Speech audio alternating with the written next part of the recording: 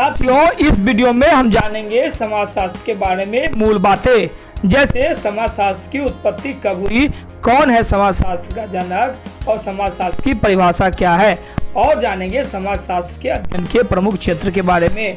आइए जानते हैं सब कुछ। नमस्कार साथियों, आज हम एक नए विषय के साथ फिर हाजिर हैं आपके सामने। आज हम एक महत्वपूर्ण विषय पर बात करेंगे। आज बात करेंगे समाजशास्त्र के बारे में, मतलब सोशियोलॉजी के बारे में। जैसा कि आप जानते हैं कि किसी भी विषय को शुरू करने से पहले हम उसके शाब्दिक अर्थों को जानते हैं, फिर उसकी परिभाषा को जानते हैं और तब आगे बात को बढ़ाते हैं। आइए हम जानते हैं सोशियोलॉजी के बारे में।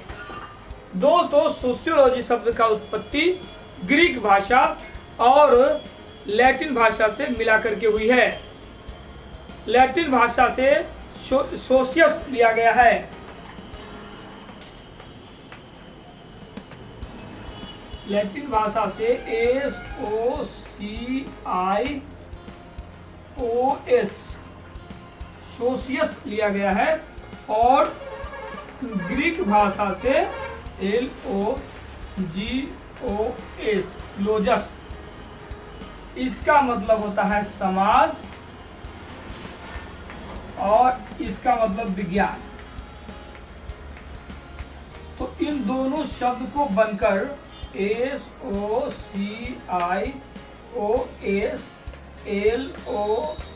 LOGOS इससे मिलकर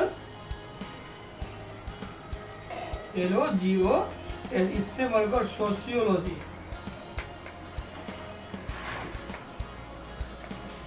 सोशियोलॉजी शब्द बना है। और जब सोशियोलॉजी शब्द को हिंदी में हम जानने की कोशिश करते हैं, इसका अर्थ हो जाता है समाजशास्त्र।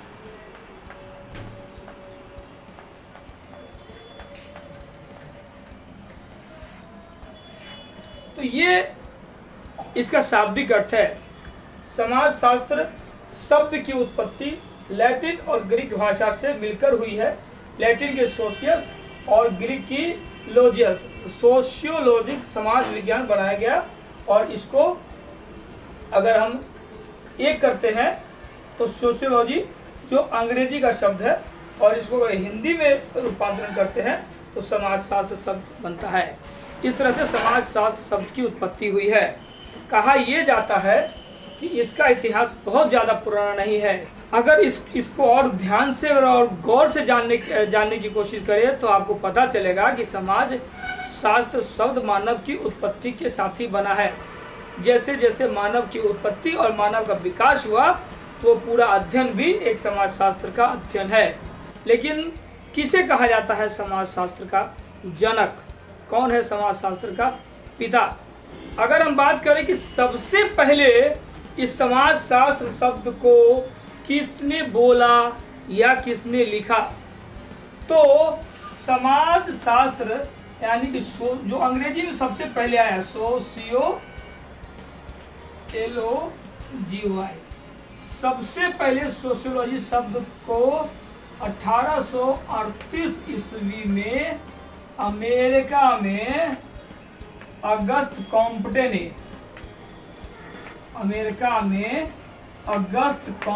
ने इस शब्द का इस्तेमाल किया था, इस शब्द को परिभाषित किया था और इसको एक विषय के रूप में लेकर के आगे बढ़ा था। इसीलिए हम लोग इसको अगस्त कॉम्पटे को समाजशास्त्र का जन्मदाता कहते हैं। अगर कोई पूछे कि समाजशास्त्र का जन्मदाता कौन है तो हम कहेंगे अगस्त कॉम्पटे। और अगर पूछेगा कि समाजशास्त्र की उत्पत्ति कब हुई है तो हम कहेंगे 1838 में। तो ये समाजशास्त्र के बारे में मूल बातें थी जो आपको जानना बहुत जरूरी था। अब हम जानते हैं कि समाजशास्त्र है क्या, समाजशास्त्र किसे कहते हैं। बिना परिभाषा का कोई अगर पूछे कि समाजशास्त्र है क्या तो हमें क्या कहना? समाजशास्त्र वह विज्ञान है जिसका क्रमबद्ध और वस्तुनिष्ठ अध्ययन किया जाता है और यह अन्य विषयों की तरह बहुत ही परिपक्व और स्वतंत्र है, इंडिपेंडेंट है।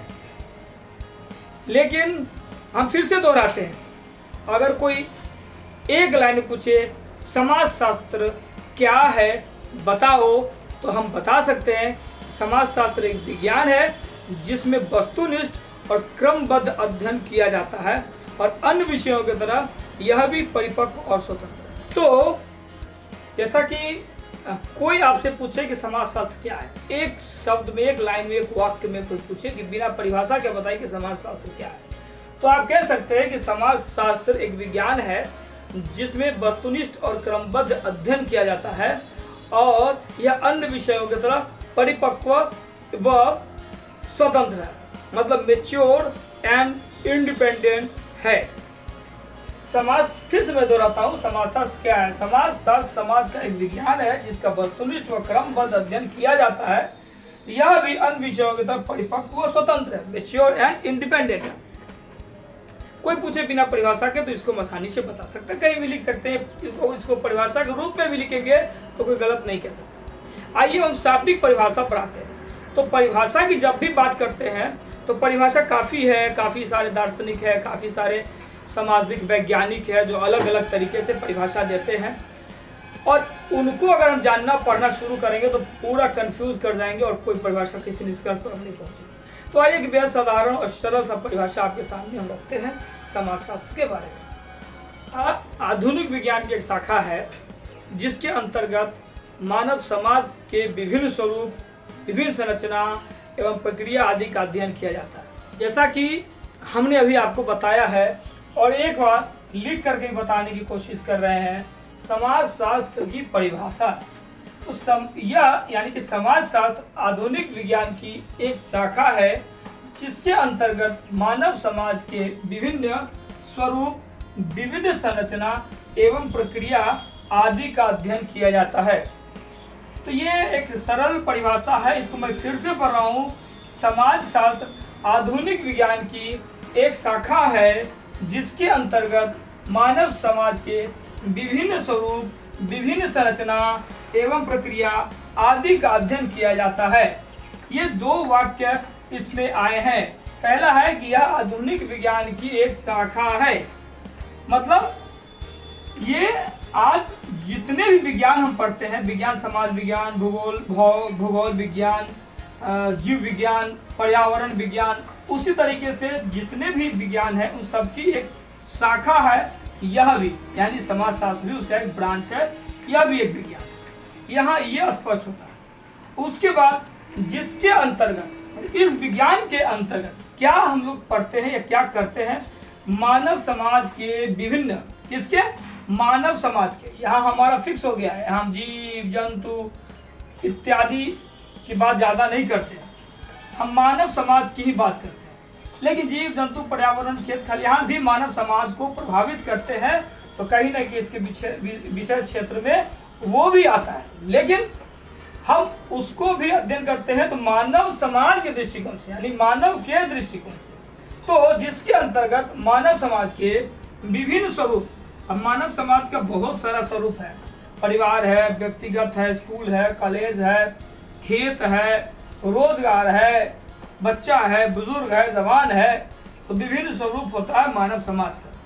विभिन्न संरचनाएं होते हैं, युवा है, बच्चा है, ऑफिस है, समाज है, पंचायत है, न्यायालय है, ये सब समाज की अलग अलग संरचना है, परिवार है, ये अलग अलग संरचनाएं हैं। इसके बाद एवं प्रक्रिया आदि का अध्ययन किया जाता है। प्रक्रिया मतलब कैसे हुआ, किस रूप में हुआ, कैसे किया गया है, कैसे प्राप्त किया गया है, तो एक प्रक्रिया के तहत कुछ भी होता है, इसको और डिटेल से समझने की जरूरत है, जिसके अंतर्गत मानव समाज के विभिन्न स्वरूप, विभिन्न संरचना एवं प्रक्रिया आदि का अध्ययन किया जाता है। तो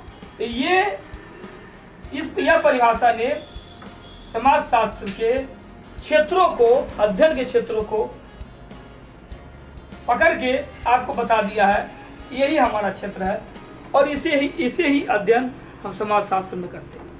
और अब हम बात करेंगे समाजशास्त्र को अध्ययन कैसे करना है, या अध्ययन करने के लिए उसको कितने भागों में, कितने प्रकारों में बांटा गया है। तो समाज शास्त्र को अध्ययन करने के लिए समाज शास्त्रियों ने, सामाजिक वैज्ञानिकों ने इसे 5 प्रमुख क्षेत्रों में बांटा है। सबसे पहला है समाज का अध्ययन, समाज का अध्ययन, और दूसरा है सामाजिक संबंधों का अध्ययन, समाज के अंतर्गत जो संबंध है उसका अध्ययन, और तीसरा है सामाजिक जीवन में जो घटनाएं घटती है, जो व्यवहार होता है लोग करते हैं एक दूसरे के प्रति, जो स्वभाव है उसका अध्ययन। ये समाजशास्त्र का तीसरा अध्ययन क्षेत्र है। और चौथा है सामाजिक समूहों का अध्ययन। समाज में कई तरह का समूह होता है, बच्चा, युवा, किशोर, किशोरी, बुजुर्ग, महिला, पुरुष, फार्मर्स, ये सब समाज के अलग अलग समूह है। तो विभिन्न सामाजिक समूहों का अध्ययन समाज शास्त्र के अध्ययन का चौथा प्रमुख विषय है। तो समाज में कौन कौन सा समूह है? लड़का, लड़की, किशोर, किशोरी, बच्चा, बच्चियां, बुजुर्ग, औरतें, पुरुष, किसान, स्वास्थ्य कार्यकर्ता, टीचर्स, सरकारी ऑफिसर, सरकारी स्टाफ, प्राइवेट स्टाफ, फैक्ट्रियां, ये सब अलग अलग समाज के समूह है। और इनके बारे में अध्ययन ये समाज क्षेत्र के अध्ययन का चौथा प्रमुख क्षेत्र है। और पांचवा और अंतिम प्रमुख क्षेत्र है अंतःक्रियाओं का अध्ययन। मानव के अंतःक्रिया, मानव जो के अंदर जो क्रियाएं होती है उसका अध्ययन, उसी से हम मानव के स्वभाव में बदलाव और मानव के व्यवहार में बदलाव, इन चीज़ों का अध्ययन कर पाते हैं। तो समाज शास्त्र के अध्ययन का 5 प्रमुख क्षेत्र है, अध्ययन क्षेत्र है। अब हम इस पर बारीकी से या बारी बारी से चर्चा करेंगे। तो समाज शास्त्र का अगर अध्ययन करना शुरू करते हैं तो जैसा कि मैं आपको बताया हूँ, उसका प्रमुख 5 अध्ययन क्षेत्र है। जो 5 अध्ययन क्षेत्र है उसमें जो सबसे पहला है समाज शास्त्र, समाज का अध्ययन है। जैसा कि मैंने आपको पहले भी बताया। आइए हम जानते हैं कि समाज शास्त्र में समाज का कैसे हम अध्ययन करते हैं। तो समाज शास्त्र का अर्थ सामाजिक संबंधों की जटिलता, ताने बानों से है। दूसरे शब्दों में हम कह सकते हैं कि संबंधों की एक व्यवस्था पनपती है जिसे समाज शास्त्र कहते हैं, जिसे समाज कहते हैं। और इसी का अध्ययन समाज शास्त्र के अध्ययन का पहला और प्रमुख क्षेत्र है। फिर से समझते हैं, समाज का अर्थ सामाजिक संबंधों की जटिलता और ताने बानों से है। दूसरे शब्दों में संबंधों की एक व्यवस्था पनपती है जिसे समाज कहते हैं, और इसी का अध्ययन समाज शास्त्र के अध्ययन का पहला प्रमुख कार्य क्षेत्र, अध्ययन क्षेत्र है। और दूसरा जो कार्य अध्ययन क्षेत्र है ये सामाजिक संबंधों का, समाज शास्त्र सामाजिक संबंधों का अध्ययन है।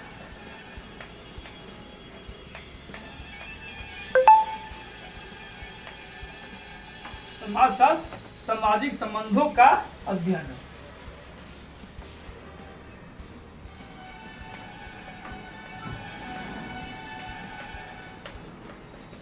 ये दूसरा है। इसको हम विस्तृत जानने की कोशिश करेंगे। जैसा कि मैंने आपको बताया कि समाज शास्त्र का दूसरा प्रमुख अध्ययन क्षेत्र समाज शास्त्र सामाजिक संबंधों का अध्ययन है। इसके बारे में अगर हम डिटेल से जानते हैं तो सामाजिक संबंधों का अभिप्राय 2 या 2 से अधिक व्यक्तियों के संबंधों से है जिन्हें एक दूसरे का आभास होता है, एक दूसरे के लिए कुछ करते हैं, जरूरी नहीं कि वो हमेशा अच्छा करें। मतलब संबंध कब बनता है किसी भी तरह का? अकेले तो संबंध बन नहीं सकता है।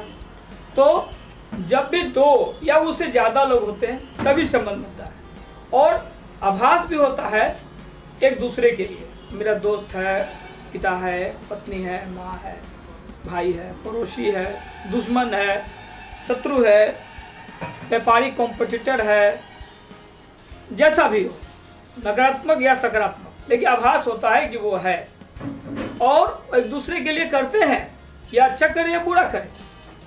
तो इन चीज़ों का अध्ययन भी सामाजिक संबंधों का अध्ययन के क्षेत्र में आता है, और यह समाज शास्त्र के अध्ययन क्षेत्र का प्रमुख विषय है।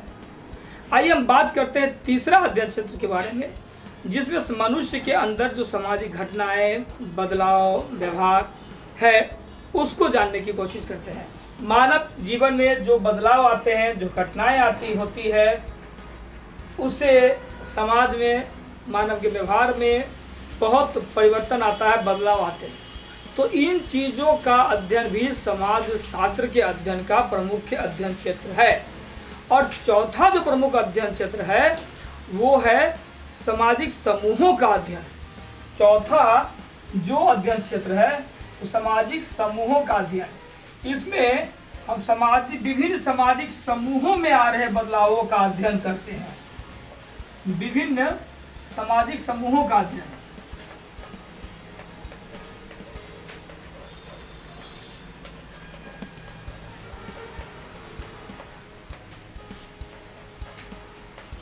अब विभिन्न सामाजिक समूह कौन सा हुआ? सबसे पहले समूह क्या होता है? समूह कभी भी दो या उससे ज्यादा होगा। तो समूह दो या उससे ज्यादा तभी वो समूह होता है। और यहाँ समूहों की अध्ययन की बात कर रहे हैं। तो अगर हम किशोर शब्द बोलते हैं तो इसका मतलब क्या होता है? इसका मतलब होता है 6 साल से 7 साल से लेकर के 12-14 साल तक के लड़कों का समूह। किशोरी बोलते हैं तो लड़कियों का समूह। बच्चे बोलते हैं तो 6 साल से छोटा बच्चा, 5 साल 6 साल तक का छोटा बच्चा। नवजात बोलते हैं तो 0 से 9 माह, 10 माह, 11, 1 साल तक का बच्चा नवजात। बुजुर्ग बोलते हैं 60 के बाद के लोगों को बुजुर्ग बोल देते हैं। तो ये सभी समाज के विभिन्न समूह है। इसके अलावा महिला बोलते हैं तो फिर महिलाओं का एक समूह का ज्ञान होता है। युवा बोलते हैं युवाओं के समूह का। पुरुष बोलते हैं पुरुषों के समूह का ज्ञान होता है। पिछड़ा बोलते हैं तो आर्थिक पिछड़ा बोलते हैं तो गरीब लोगों का बोध होता है। मानसिक पिछड़ा बोलते हैं तो कम पढ़े लिखे लोगों का बोध होता है। तो इस तरह से समाज में कई सारा ढेरों समूह है। और उन समूहों का अध्ययन, समूहों के बदलाव का जो अध्ययन होता है वो समाज शास्त्र के अध्ययन क्षेत्र का एक विषय है। उदाहरण के लिए आज से 15-20 साल पहले महिलाएं इतना आगे नहीं आती थी। महिलाओं में इतना सशक्तिकरण नहीं था, महिलाओं में इतना आत्मविश्वास नहीं था और वो इतना विकास नहीं करी हुई थी। लेकिन आज वो बहुत सशक्त है, बहुत विकसित है और पुरुषों के साथ कदम से कदम मिला के चल रही है। तो पिछले 25-30 सालों में महिला नाम का जो समूह है, इस समूह में बदलाव कैसे आया, क्या हुआ, अगर हम इसका अध्ययन करते हैं तो इसके अध्ययन के आधार पर हम आगे 20-25-30 साल तक का भी उनका स्ट्रेटजी बना सकते हैं कि आगे वो कैसे विकास करेंगे। तो इस तरह का जो अध्ययन है वो सामाजिक समूहों का अध्ययन क्षेत्र में आता है। और जो पांचवा और अंतिम है अंतर क्रियाओं का अंतर। पांचवा और अंतिम है वो अंतर क्रियाओं का अध्ययन। मनुष्य के अंदर जो अंतर क्रिया होती है, व्यक्तिगत हम खुद सोचते हैं, पहले हम बहुत मीठा बोलते थे और आज एक उदाहरण दे रहा हूं, अंतर क्रियाओं का अध्ययन। उदाहरण के लिए कोई आदमी पहले बहुत मीठा बोलता था और अब वो बहुत कड़वा बोलने लगा, या पहले बहुत कड़वाहट बोलता था और अब बहुत मीठा बोलने लगा। उसके अंदर यह बदलाव कैसे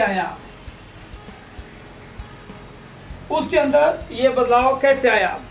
कोई व्यक्ति पहले 2-4 आदमी के बीच भी नहीं बोल पाता था और हजारों लाखों के समूह के बीच बहुत कॉन्फिडेंस, बहुत आत्मविश्वास के साथ बोलता है। तो उसके अंदर यह बदलाव कैसे आया? अगर ये अंतर क्रिया है जो हम खुद से विकास करते हैं, हमारे अंदर के विकास का अध्ययन भी समाज शास्त्र के अध्ययन का एक प्रमुख विषय है। तो साथियों, समाज शास्त्र के बारे में आज हमने बात किया और आज हम बात किए कि समाज शास्त्र की उत्पत्ति कहाँ से हुई है, किन शब्दों से हुई है, सबसे पहले कौन थे जो इस शब्द का उच्चारण किए और कब किए, इसका इतिहास कितने सालों का है, और हमने इसके सामान्य परिभाषा और शाब्दिक परिभाषा जिसे परीक्षाओं में लिख सकते हैं, इन दोनों को जाना। और इसके बाद समाज शास्त्र के अध्ययन के कौन कौन से मुख्य भाग हैं, तो हमने जाना कि समाज शास्त्र के अध्ययन का 5 मुख्य भाग हैं और पांचों भाग में किन चीज़ों का अध्ययन करना है इसको हमने बहुत संक्षेपण में जाना है। तो उम्मीद करता हूं कि यह वीडियो आपको बहुत पसंद आया होगा, और अगर पसंद आया है तो आप इस चैनल को सब्सक्राइब करें और दोस्तों को भी बताएं। बेल आइकन दबाना ना भूलें, क्योंकि इस तरह का वीडियो मैं बनाता रहता हूं आप सबों के लिए। नमस्कार।